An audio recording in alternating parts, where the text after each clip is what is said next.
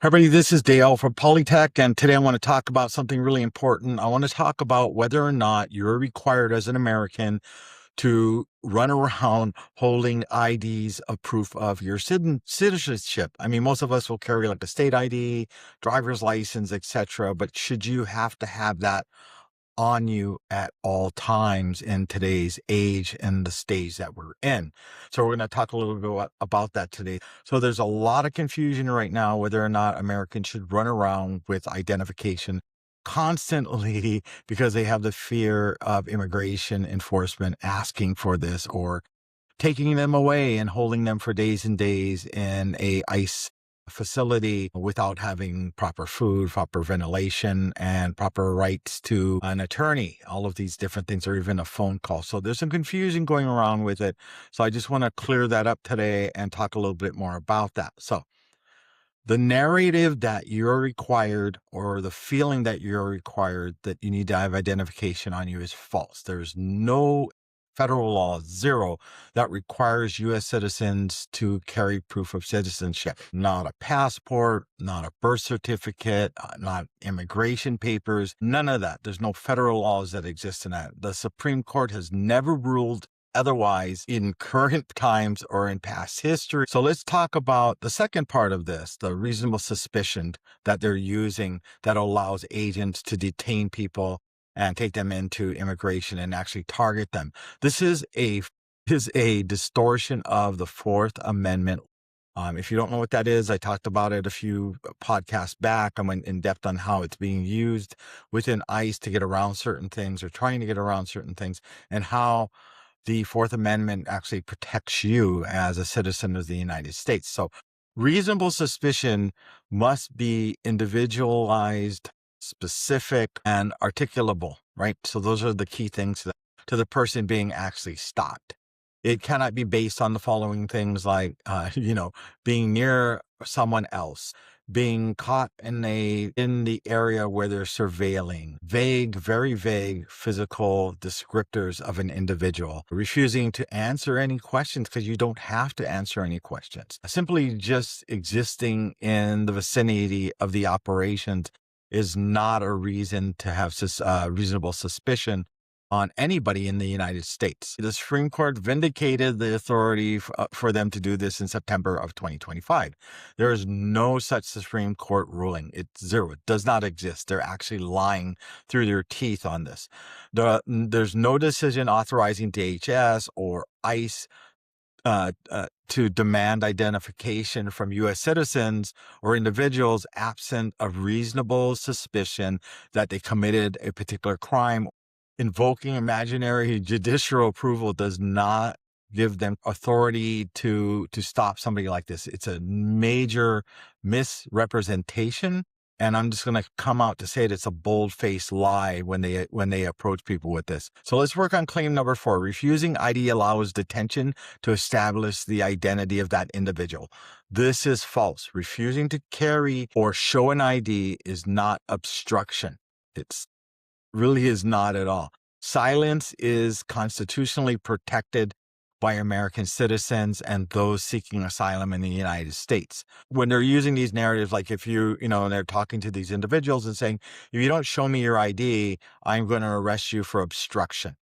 If you don't show me you're an American citizen, I'm going to drag you in this truck and I'm going to face scan you and we're going to identify you anyway, no matter what our constitutional laws are in the United States. So all false stuff, right? Courts have consistently ruled that law enforcement cannot extend detention solely for forced identification when no crime is suspected, like I said before. So let's kind of talk about some of the things that are happening in Minneapolis, Minnesota right now. So the Minnesota video that's been running on CNN lately, where they're talking to DOJ, and she's laying out the groundwork. You have to show an ID. In the video, a woman is walking along the sidewalk in Minneapolis, Minnesota. She is stopped by ICE agents. The woman asserted she's a U.S. citizen. She was not accused of any crime at all. She was threatened repeatedly to be taken into detention, to have her face scanned, as far as obstruction of justice and all of these other things. So let's watch a short clip of that video right now. Do you have an ID on you, ma'am? I don't need an ID to walk around in my city. This is my Okay, city. do you have This is some my ID home. then, please? I don't need an If ID. not, we're going to put you in the vehicle and we're going to ID you, please. I am U.S. citizen. I don't need to carry around an ID in my home. Well, This is my home. Where were you born? This is my home. Where were you born? Minneapolis is my home. So that video was filmed by a woman who, as you heard, said she is a U.S. citizen. Why exactly was she stopped? Was there reasonable suspicion, which is a legal bar, as you noted, that a crime was committed in that situation? And why was he asking her, where are you born? Like, what was he basing that on? Sure. So either this is, and I haven't seen this video before, so there could be two circumstances here. Either this is a targeted operation and she's around the vicinity of it, around the target. There's reasonable suspicion because there might be a descriptor, or she could be 5'6" and they're looking for somebody who's 5'6". That could be part of it. They're looking for somebody. That could be part of it. The other piece of it is it could be, I don't know if she was obstructing law enforcement, if she was assaulting law enforcement prior to this, but they either had those Title VIII authorities under the U.S. Code 1357 or they had that reasonable suspicion. But what do you say to those who watch that and other videos that they're seeing themselves? I mean, this is not just the mainstream media. This is, people are seeing these videos and they're concerned that a place like Minnesota is turning into a police state, and they're going up to U.S. citizens asking for ID and you know, using I think that tactics. there's So a lot say of to them? fear-mongering going on, I think, by the media. But think it's not, hold on, let me just politicians- correct you right there. Let me just, they're watching these videos and using their independence of mind. It's not the media. I wanted to show you just a little bit of that video so we can kind of relate to what we're talking about here. Let's talk about the claim number 5 that DOJ is using and administration is using to justify just about everything they're doing across the United States, and specifically now right in Minneapolis, Minnesota. Of course, this is weaponization of our system against the people, and it's revenge against Tim Walz for running for office and running against him, and some of the things that he said as a candidate for vice president. Claim number 5, concerns are just media mongering fear across the United States. This is a deflection, and it's a bold-faced lie, and they know it's just being manipulated by the administration to justify the actions that they're taking, and that, you know, ICE agents are not doing all of these assaults. They're not killing Americans in their car and shooting them in the head. They are not beating people. They are not dragging away people, American citizens, and holding them in cells for days and days and days. They are not attacking peaceful protesters and, spraying them with pepper spray and all these different things, which they are, right? They're saying these things aren't happening. And what you're seeing on the video, you're only seeing partial of it. You're not seeing actually what happened before and what happened afterwards. But the truth is, the world now is the world of journalism, and everybody has a camera and everybody's taking videos and everybody's posting. So if you're not taking a post by face value for the first one you see, and you do a little research, unfortunately, like the shooting that we had last week, you can paste all of these different videos together and you can come to the conclusion that it's either true, or in this case, it's a bold-faced lie by the administration. So people aren't reacting to headlines. They're really not. They're reacting to what they can see. And what they are seeing right now is masked agents, no visible identification, no stated cause for detention, birthplace questioning when they're not allowed to do that, threats for asserting constitutional rights. There's no normal practices in a democratic society that allows all of these things.